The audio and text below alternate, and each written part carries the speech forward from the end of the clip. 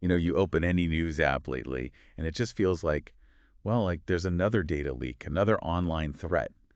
It really feels like a constant battle trying to keep our information safe. It really does. And it can feel overwhelming. But there is actually a kind of blueprint, a globally recognized one, that organizations can use to, seriously beef up their defenses. Okay, and that's what we're diving into today. Exactly. ISO 20001.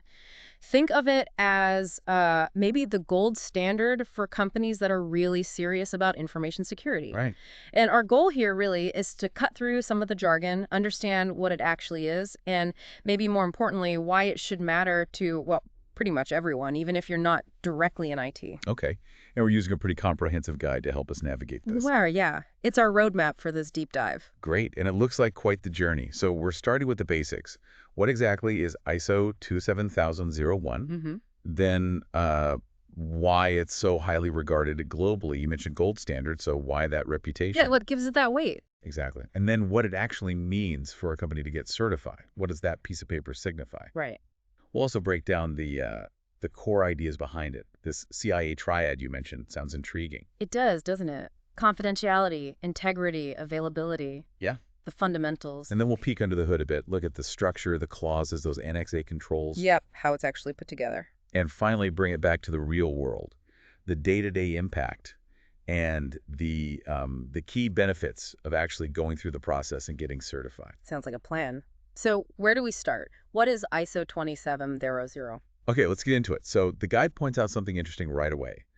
Most people just call it ISO 27001. Yeah. But the full official title is actually ISO/IEC 27001. Ah, right. The IEC part. Yeah, and that IEC is important. It tells you that it's not just the ISO, the International Organization for Standardization, but also the International Electrotechnical Commission. So a joint effort.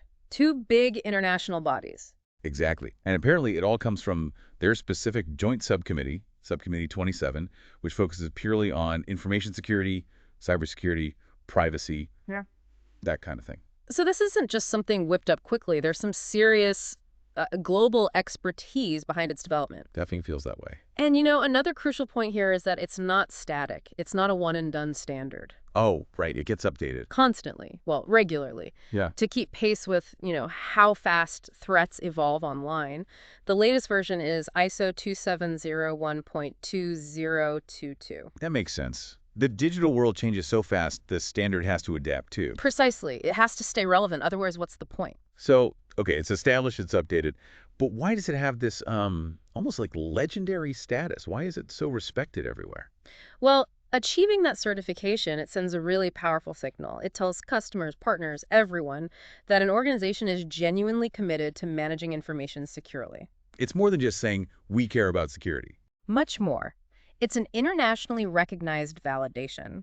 The ISO itself calls it the world's best-known standard for information security management systems, or ISMS, and it defines the requirements for what an effective ISMS actually needs. And the adoption rate is huge, isn't it? The guide mentioned a 2021 survey, over 50,000 certificates. Yeah, over 50,000 in more than 140 countries. It's staggering. Wow. That's massive reach. And it's not just tech companies, right? It must be across the board. Absolutely not just tech. That huge adoption really underlines how universal its principles are. Think about it. Healthcare in Germany, manufacturing in Japan, finance in the US. They all need secure information. Exactly. ISO 27001 gives them a common framework, a common language for achieving that security. It's really become a global benchmark. Okay, so let's say a company decides to go for it. They jump through the hoops, get certified. What does that actually mean for them day to day? What changes? Well, getting certified means they've put in place a really robust, documented system for managing the information security risks. A system, not just a product. Right. The standard gives them a whole framework, how to set it up, implement it, maintain it, and, crucially, how to keep improving it. That's the ISMS, the Information Security Management System. It's holistic. So it's way broader than just like installing firewalls or enforcing strong passwords. Oh, much broader. It involves identifying potential weaknesses everywhere. Okay. Then putting in the right security measures, technical things, yes, but also physical security, clear procedures, staff awareness. Right, a human element. Huge element, and then constantly reviewing and tweaking those measures. So certification shows they're committed to the absolute highest standards for protecting data. It helps build, as the guide says, a security-aware culture. So it becomes part of how everyone works. Ideally, yes, that's the goal. It's Yeah. recommended for basically any organization handling important information. Okay, that makes sense. So we get what it is, why it's a big deal. Now let's talk fundamentals. You mentioned the CIA triad, Yeah. so very espionage-y. Huh. It does have that ring to it, doesn't it? But CIA here stands for confidentiality, integrity, and availability. Ah, okay. Less spies, more security principles. Exactly. They are the absolute bedrock of ISO 27001. They kind of shape how you think about and implement all those security measures we just talked about. Right, so let's unpack them. Confidentiality first. What's that mean in simple terms? Confidentiality is pretty straightforward, making sure information is only seen or accessed by people who are actually authorized to see it. Keeping secret secret, essentially. Basically, yeah. Preventing prying eyes, unauthorized access. The guide gives a good example. Training staff on why privacy matters, how to handle data carefully, and the risks of, accidentally sharing things they shouldn't. Okay, so it's about people and process, too, not just tech logs. Absolutely. Now, integrity. What do you think that involves? Integrity. Like the data is correct, accurate, not messed up. Spot on. It's about ensuring the accuracy, the completeness, the reliability.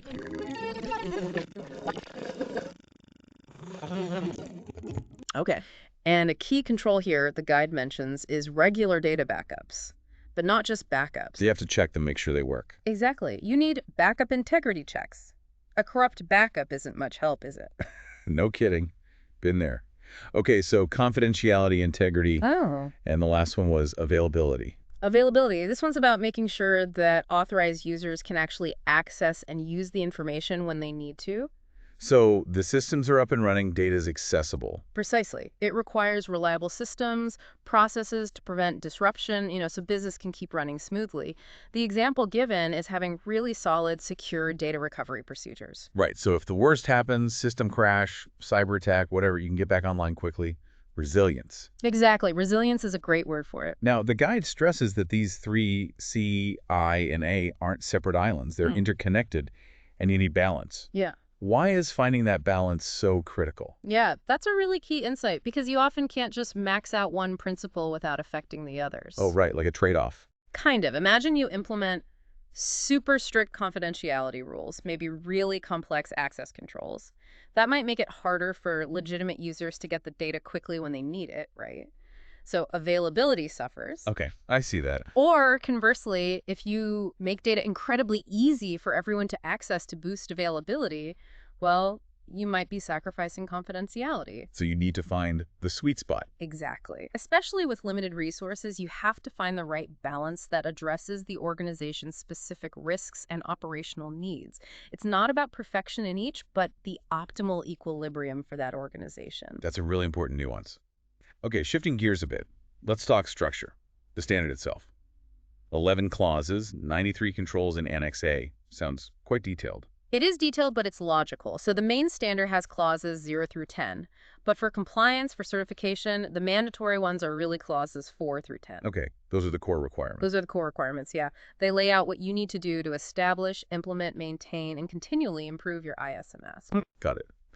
And then Annex A, those 93 controls, what are they, like a big checklist? Not quite a rigid checklist. Think of Annex A more like a detailed catalog or a menu of potential security measures. Okay. They're organized into 4 main themes, and they offer specific guidance on tackling different types of risks you might identify. So companies pick and choose from this menu. They don't have to do all 93. Exactly, that's crucial. They select the controls that are actually relevant to their specific business, their specific risks. It allows for a tailored approach, not a one-size-fits-all. Okay. That makes more sense. It's flexible. Very. The standard provides the what and why in the main clauses, and Annex A provides a lot of the how options.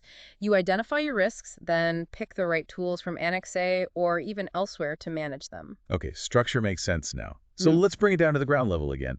How does going through all this actually impact how an organization works day to day?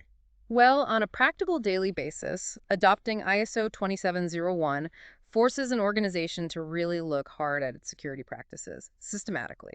Find the weak spots. Find the weak spots, the vulnerabilities they might not even know they had. And then proactively put things in place to minimize those risks, to strengthen defenses against breaches, against cyber attacks. So it becomes part of the routine, not just a panic reaction. That's the idea. Security becomes embedded in the operational DNA, not just an afterthought or something you deal with after an incident. It's about designing security in from the start. Which probably saves a lot of pain and cost down the line. Huge amounts. Time, money, reputation. It's a proactive investment. Right. Okay, let's talk about those big payoffs then. The benefits of getting certified. The guide lists quite a few. First one, compliance. How does ISO 27001 help with all the data regulations out there? That's a major one. By implementing the controls and processes in the standard, companies are often simultaneously meeting many requirements of laws like GDPR, IGPR, things like that, depending on their sector and location. So it helps tick those regulatory boxes. It provides a structured way to do it, yeah. Yeah. It helps avoid fines, legal trouble, and just generally shows they're serious about data protection and privacy laws. It's a huge peace of mind for any business today. Okay, next benefit. Proving the reliability of their security systems. How does certification do that?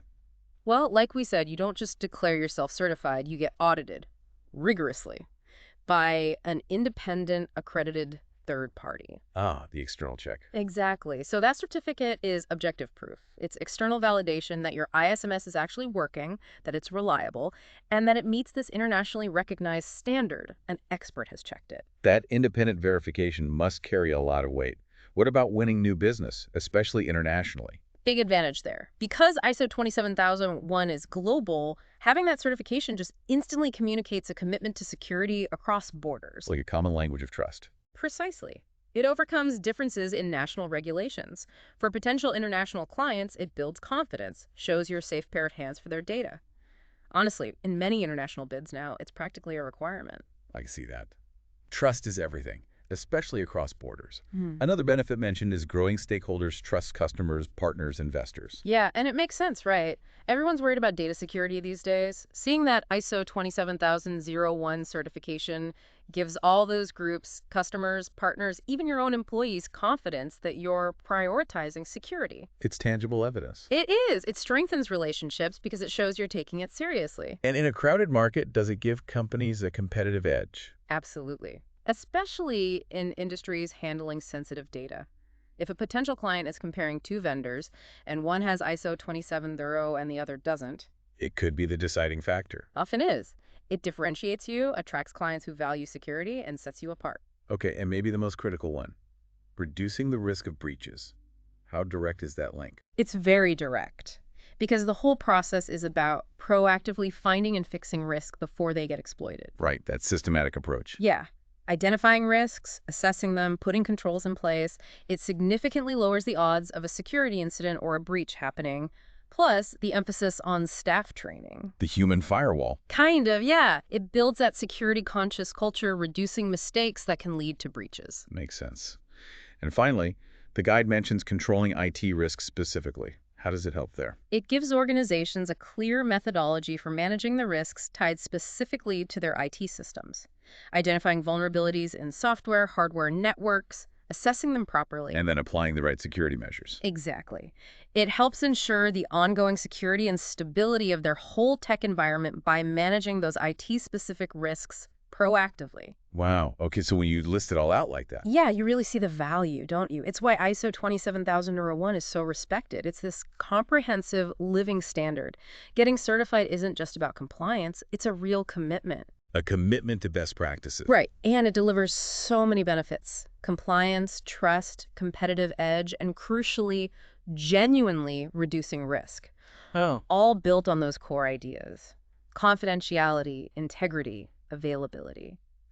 I guess for anyone listening, just understanding what ISO 27001 represents gives you a shortcut to understanding modern information security. It really does. Even if you're not technical, it gives you a lens, right?